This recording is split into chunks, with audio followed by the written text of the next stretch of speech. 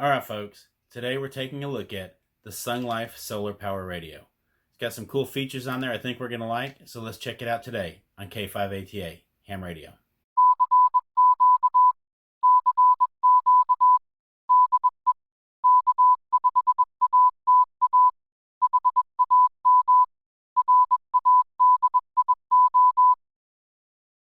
Alright, so as we get started, if y'all would do me a favor, hit that subscribe button, hit like, and share this video. It helps with the algorithm with YouTube and helps other hams and whatnot and emergency preparedness kind of folks find our content. I'd really appreciate it.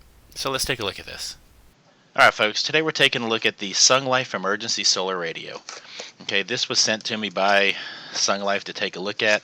I told them I'd do it because while it's not a ham radio, it does fit into the preparedness spectrum of things. So let's take a look and see what we've got.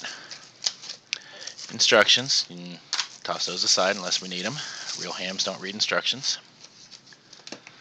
Okay, we've got a charging cord, and let's see, it's got a little solar panel on top, and it's actually already powered on here.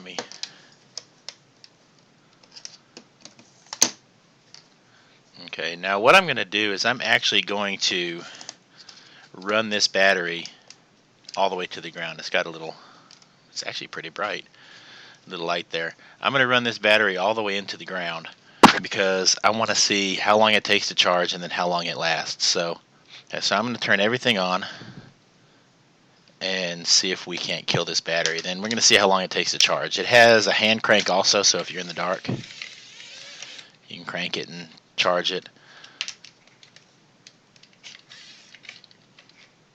It's not the smoothest hand crank in there. Oh, I see. Okay, so it won't really turn with it like that.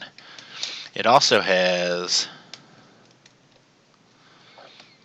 USB ports, and this is so that you can charge a cellular device and stuff like that. So that's a handy thing to have. You can take this with you and be able to charge your devices. We've got different settings for what it's gonna. Looks like it'll also take AAA battery, and it's got a little SOS siren. Let's see how loud that sucker is. It's relatively loud. I guess somebody might hear that from a distance. We'll probably test that out tonight. Okay, and it can also take 3 AAA batteries. So it's got batteries here, an internal lithium-ion battery that can solar charge or a hand crank charge. And we're going to go ahead and kill this battery and see what it does. Okay, so just testing out the radio function. It does actually receive radio. I'm inside the house. It's got a little bitty antenna. It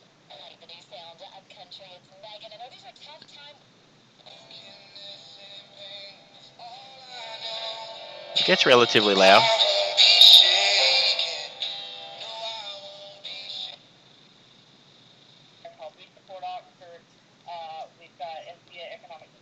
Yep, so the radio works. It's got weatherband radio, it says.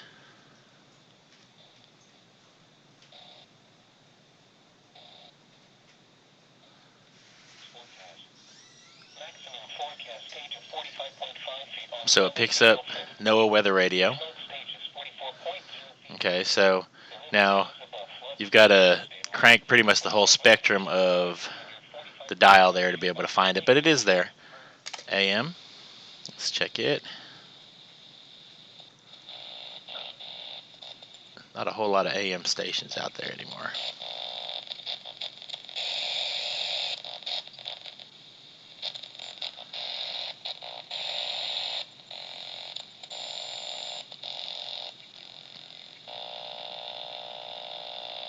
Well, I pick up noise, but I don't pick up any actual stations. I'll try this when I get outside. Until then, I'm going to leave this on and just try to kill the battery. And I've completely killed the battery. It took a long time now. Thing sat in the truck for, well, I had to leave it there overnight. The battery was still alive after probably 8 or 9 hours. So I'm now going to leave it in the sun and see how long it takes to charge it up. Okay, so I did manage to kill this battery. It actually took a lot longer than I expected. What I did is I left the flashlight on, I left the radio on, and I left it under a blanket so that it could get no charge off of any kind of light or anything like that. And it lasted well over 8 hours just sitting there. Then what I did the next day, I decided I'd put it down on the table to charge it outside, and it charged. Now, the trick to this is the switches back here on the back. Okay, it has to be in the lithium ion position to run off of lithium ion, and then you actually need it to sit in the middle for the battery to charge on solar. When you put it here at the bottom, which has a little picture of, looks like a walkie-talkie, but that's supposed to be a phone, I guess, and a little lightning bolt, that's actually how you're going to charge a cell phone or something like that. And then this SOS button is for that wonderful sound we like so much. That one, because everybody likes a loud siren. Okay, you'll know when it's actually charging because you've got a light. I don't know how well you can see it there. That actually lights up when it's charging.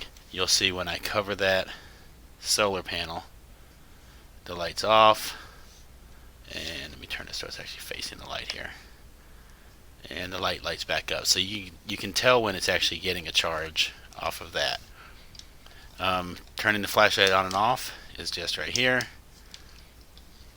And then you've got the tuning knob and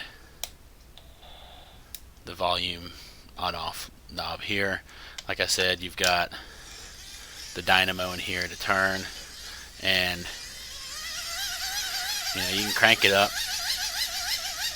And I guess if you're really bored, you can crank it up for a long time and charge that, and voila, you have light again, or radio, or whatever you need. The antenna, I mean, it's just your standard telescoping antenna. It's not terribly, there's nothing special about it really. I mean, it's just there. You're going to have to be really careful because like most of these things, they're really wonky at the end. So just make sure when you're putting it back in, you're careful with it. Now, I actually had the opportunity just the other day to test this thing out in a somewhat emergency situation. I live in Mississippi, and we had tornadoes just come ripping through here, and I was without electricity for 16 hours. I do have other means of charging my cell phone and stuff. However, my daughter needed, however you want to put that, my main battery pack thing that I use in order to be able to charge her phone. So I decided, hey, I've got the Sunglife here. Let's see how this thing does. So I have, where'd I put it? Okay, so what I decided to do is, well, let's go ahead and test this thing out to charge. Now, at the time this thing was charged up, I assume all the way. There's no real way to tell if it's all the way or not. But plug that in. Plug the other end into your phone. And then you actually have to turn this switch there, and you can see the charging indicator came on, and it begins charging. Now I will tell you that sometimes it gave the slow charging indicator saying that I'm slow. This is a Galaxy S9, so it has that little fast charger thing. But it still charged the phone. It did perfectly fine. It just didn't charge it as quickly as plugging it into my wall or whatever.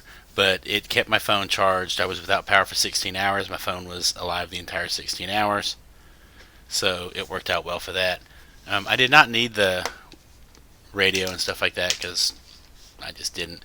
I did, however, turn it on to the weather radio for a little while just because I had it and I could.